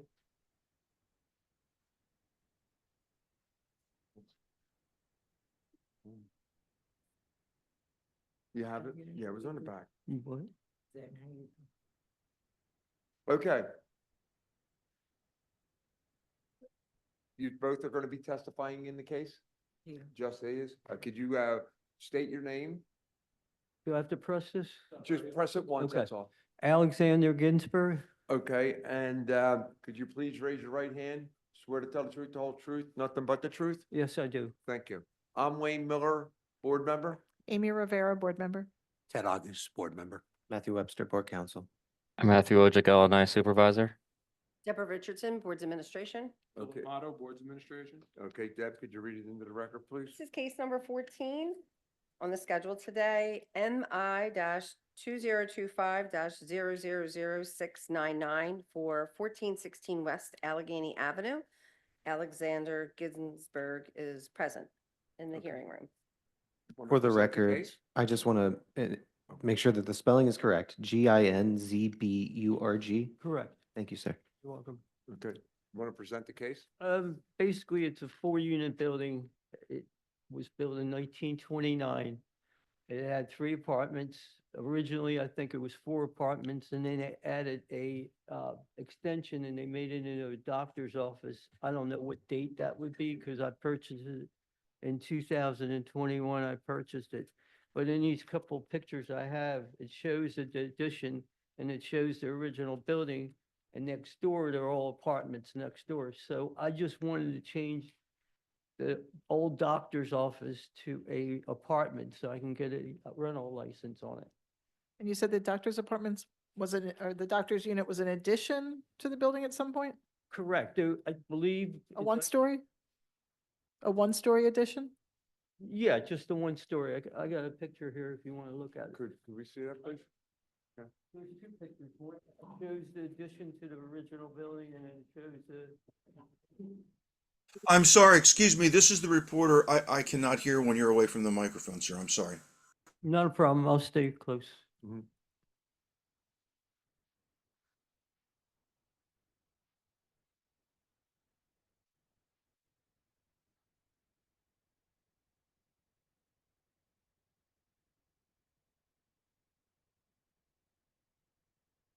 And we don't know when that was done. I try to find permits. I went back online trying to find some records of the existing, when it was originally built in 1929.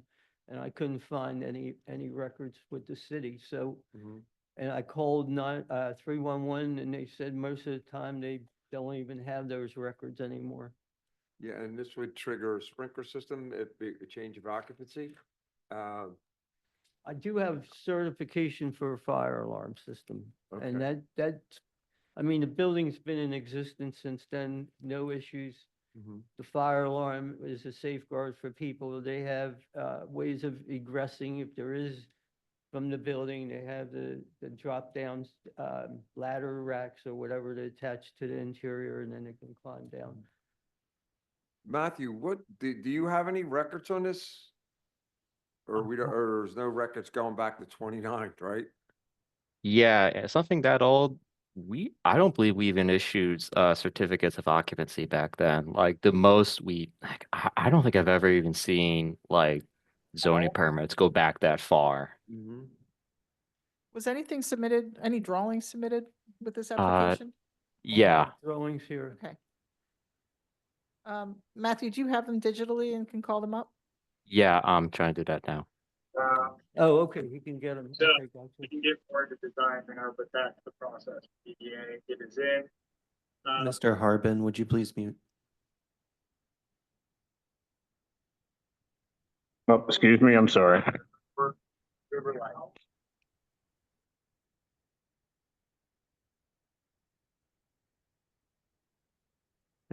I'm gonna share my screen. All right.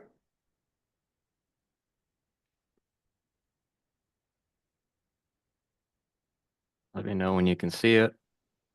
Not yet. There we go. There we go. Okay. So this is for legalizing the existing condition. I believe the part being legalized in question here is this front unit at the first floor, sorry. It's this bit right here. Oh, so it's large. Yeah, it's basically the front like 2/3 of the build. I mean, more like 3/4 of the building in the front, and then the rear here is a different unit entirely. It's just, Oh, that one's a storage, isn't it? yeah, it's a storage and it leads to the basement from Right, right. Got it. Now I remember. Matt, is it currently an R2 that would just be an R2 with 4 units instead of 3? Is that, am I reading this correctly? I believe, let me just do some other checks. So it's not changing from an R3 to an R2? No, that was not the case. That was that's not how it was presented. It was yeah, for level 2 alterations for existing tenant space as an additional apartment to go from 3 to 4 units to legalize existing conditions. Because the first floor that part of it used to be a doctor's office, and that was the last thing we had on that specific part of the building, but the rest of it was 3 dwelling units. Yeah, we don't know if it was ever just 3 units, right? Like just 3 units, as in throughout.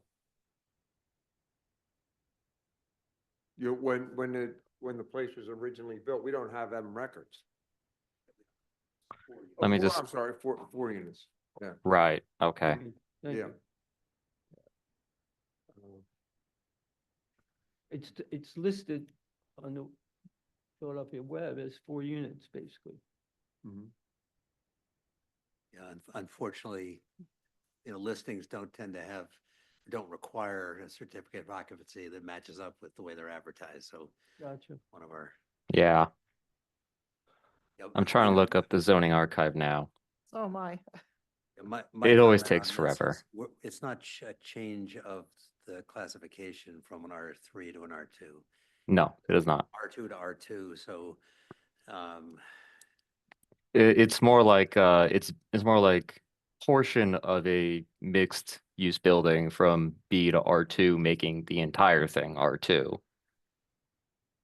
So the last rental license, well, not really last rental license, the current rental license is for 3 units.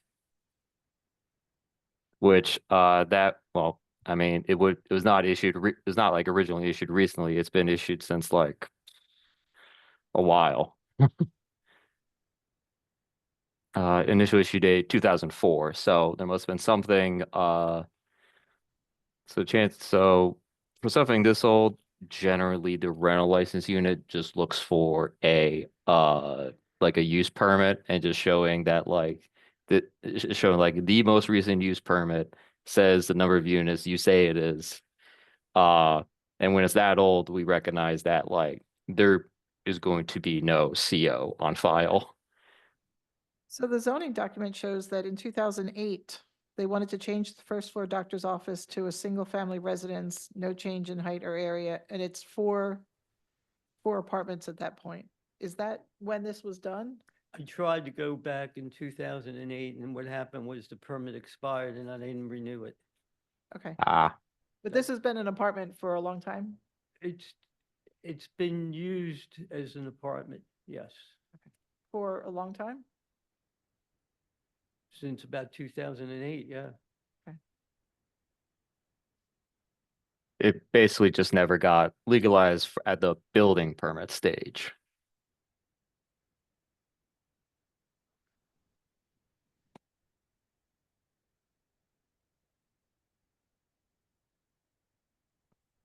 Do you still need me to share my screen or?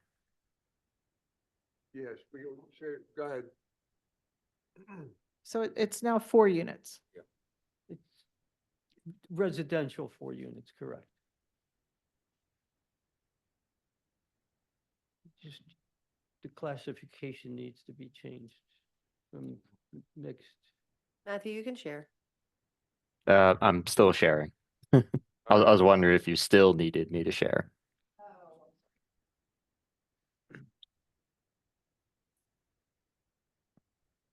So the first floor is 1 large apartment or it's 2? No, just 1. I mean, originally it had a bathroom for the doctor's office, waiting rooms, and it Huh. just a basic sink in the kitchen had to be put together in there. What's the back room? The back room is Storage. storage, Storage, and then it leads into the basement. Okay, and the The second basement's just floor utilities. is An 1 unit? apartment, it's, the second floor has 2 large studios, and the third floor has a 2-bedroom. And they're all, one's vacant right now in the rear. And how long have you owned the building? Since 2001, I believe it was. 24 years I've had it roughly, and I had it actually sold at one point, but they couldn't get the rental license for downstairs, and therefore the financing fell through. is the basement only utilities? Just utilities, boilers, hot water heaters, stuff like that. And there is a bathroom and shower in the bathroom. I guess the doctor used to use it years ago.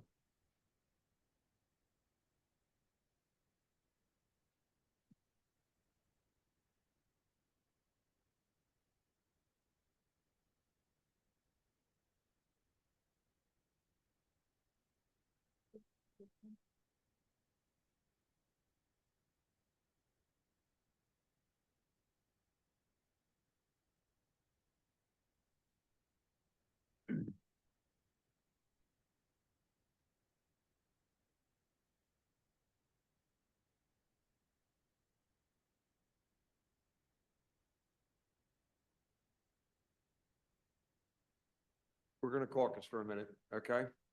Okay. What's that? Okay, John, you ready? Yes, sir. Okay. Unfortunately, we have to stay consistent in here when the use changes, we have to have it sprinkled. But you only have to sprinkle the first floor. You don't have to sprinkle the whole building. Realistically, does that make sense? No. If you're bringing the tap in, you might as well sprinkle everything, right? Or not at all, because it's been in existence all this time. I know the rules have changed over time. Mhm. I mean, if in 2008, if I would have proceeded with the variant or the change in use, would I have had to put a sprinkler system in? Mhm. Yeah, So you want me to sprinkle just the first floor? Does that include the storage area? Only the areas that changed to residential. If the storage area was always a storage area, then you would not have to You would sprinkler not. that. Mhm. So, Right, it can be exposed sprinklers. well, yeah, but I would have to change the incoming service to the building, wouldn't I? Yeah, you would need a separate feed, A Probably. separate feed, which Yeah. is, you're talking about couple grand. couple grand? No, it's not a 4 inch. A 4 inch is 17,000. Yeah, this is. I'm sorry, what's that? Only 2 A inch. 4 inch feed coming in for a sprinkler system is about I 17. don't think it's 4 inches. No, you'd probably need a 2 inch. A 1 inch A one- probably is where I know, Yeah, but that's not the point. The point is between it's all the that, tap. you're talking about $30,000, $40,000. Nah. Not for the tap. No. No. The other option is just You could keep get, it you commercial. could get a 2 inch for, I don't know the exact. No, I got you, Wayne. Yeah, yeah. Okay, so Yeah, the other option you're saying is Keep it leave it as commercial. is, keep it as. meaning, No, I'm not saying leave it as an apartment. I'm saying make it a commercial space. Nice. you looking to open up a business? I can run it out to you. There's no other option. I can't appeal it again, even if I got, You may Yeah, you can go to appeal a decision of this board to the Court of Common Pleas. Any final decision of an agency of the city, you may appeal to the court. what's your chances? Is it worth it? Hmm. Well, you can't really. I don't know. Okay, I mean, if I had hired a lawyer, would have been any better for me to get the, The company here? No. it wouldn't have made any That difference. would have made. Let me get some prices. Okay, all right. Good luck, all right? All right, Just you're need to be welcome. consistent. Okay, Thank you. bye-bye now. Do you want your pictures?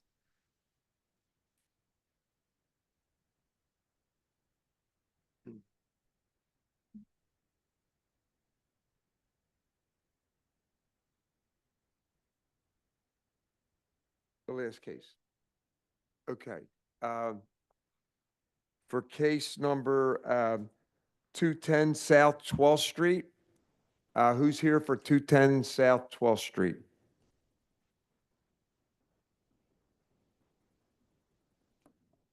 Good afternoon, Eileen Quigley from Ballard Spar, Hi, 1735 Eileen. How Market you Street. doing? I'm doing well, thank you. How are you? Good. I Yeah, mean, who, do you have anybody else with you that's going to be talking about the case or being a witness? Yes, we do. We have David Smolletz and we also have Patrick Cox.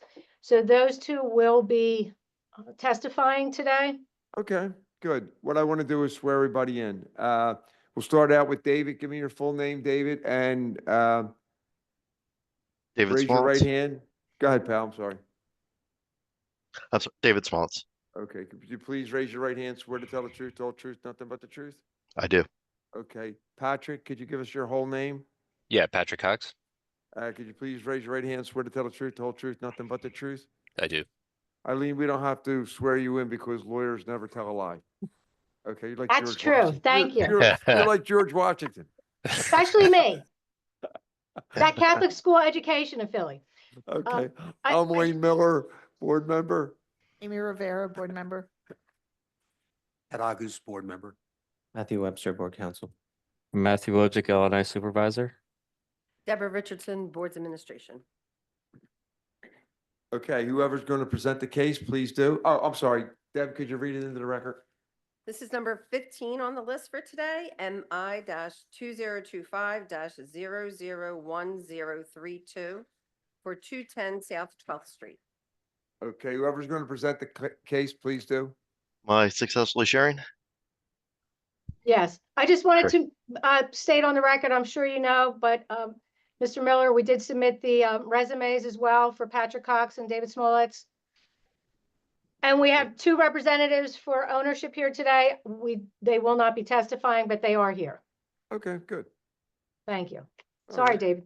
No problem. Great. Hi, welcome. Similar to what we presented a little bit earlier today. This is for at 210 South 12th Street, which is a recently completed multifamily project, 330 plus stories or 3 feet tall, 32-story residential tower. 330 stories. That's a lot of Yeah, stories. yeah. Feet. Nice. Please correct that I'd like to have for the that record. job. You know, it was recently completed IBC 2018, type 1A construction, fully sprinkled, 2-hour construction throughout, class 1 standpipe, right? Everything that you would expect. We are located on 12th Street between on Chancellor, St. James, and Camac Street, which are all narrow streets in Philadelphia. So our separation distance is in the 10 to 15 feet from a property line separation. The way we did the project is we utilized 2-hour shaft wall behind the exterior window wall to provide the rated separation. We're allowed 55 or 45% open, unprotected separation. We have a second floor tenant space that we'd like to provide more glass and glazing to provide daylight, you know, to be sustainable and provide more daylight to that user. And we are proposing to remove portions of the 2-hour shaft wall and instead provide a window sprinkler system. And what you're seeing indicated in the set is we're talking about the second floor only. All the other floors will remain with the 2-hour shaft wall where required. And the zones that are white with the red diagonal are unprotected openings. The red is where we will keep either you know, a structural column or the 2-hour shaft wall, and the green is where we're looking to change the 2-hour shaft wall to the window sprinkler system. We included the ICCES evaluation report. We're using the Vitalik sprinkler heads. And we've extrapolated that into the existing condition of our building, where we're removing portions of the 2-hour shaft wall and instead would provide sprinkler heads 6 feet on center, you know, appropriately spaced off the window wall to provide the equivalent rating. And Patrick, if you have any other comments.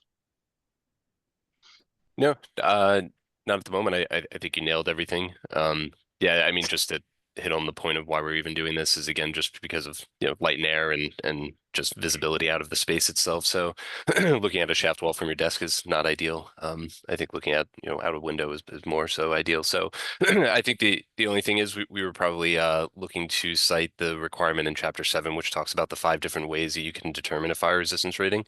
One of them says using an equivalent means, and so that would be our proposal here. Instead of the shaft would be the window sprinkler. And the last point I'll make about the window sprinkler is if you dig through the ICC report, which is on the page currently, it does say that you can achieve up to a 2-hour rating with the window sprinkler. Our exterior walls at this location really only need to be 1.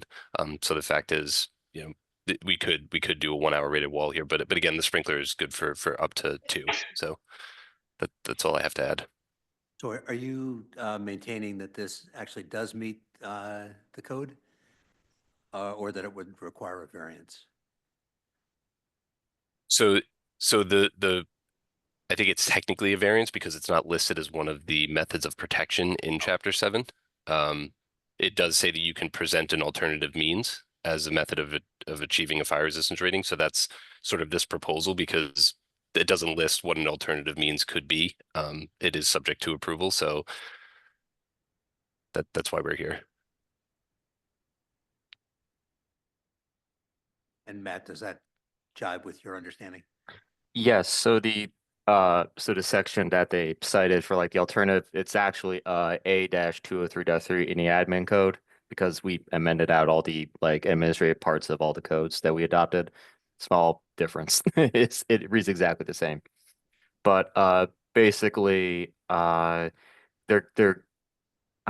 essentially they're just going over what is allowed for allowable area for these like 3 specific sections of their exterior wall along these specific facades at the second story specifically. This is only at the second story, yes. Yeah. And so it's taking out these, I think it's like these like these wall assemblies along the exterior that are 2-hour rated, and then was there glass there before and you're just taking out the wall? It's a glass kinda shadow looked like box. that. Yeah, it's a glass shadow box that would have Oh. these red or gray infill panels, but behind it, Oh. we're providing a 2-hour shaft wall. Right. Yeah, I did check through the original permits and stuff and had to And you look a can long see- time to find those assembly details. It's a lot. Yeah, and part of it remains depending yeah. where the column is relationship to the glass. So we're Right. utilizing the existing columns and the shaft wall a part of it, and then where Yeah. we can remove the shaft wall, we replace it with the sprinkler. Yeah. Okay. Yeah. And I sent a PDF of the sprinkler head that you're using specifically to the board, the like cut sheet or whatever. It is for this exact application. So at that point, we just need a variance for exceeding the allowable area of openings. So is the sprinkler system in your appeal, you call it the model WS? Is that what we're referring to? Yes, the test report, yeah, they call it I think it stands for window sprinkler, is the WS series. Okay. You're right. Amy's good, Ted's good, I'm good. Good luck, guys. Thank you. All right. Thank you very much. That concludes You're our welcome. business. May we please be excused? Yes, you can. Thank you. Have a wonderful day. Okay. Bye. Sister. Thanks, Deborah, for putting us on today. We really appreciate it. No problem. Greatly You're appreciate it. Thank you. welcome. All right, Yes. thanks, everybody. Bye-bye. Bye. Have a good afternoon. You too. Thanks.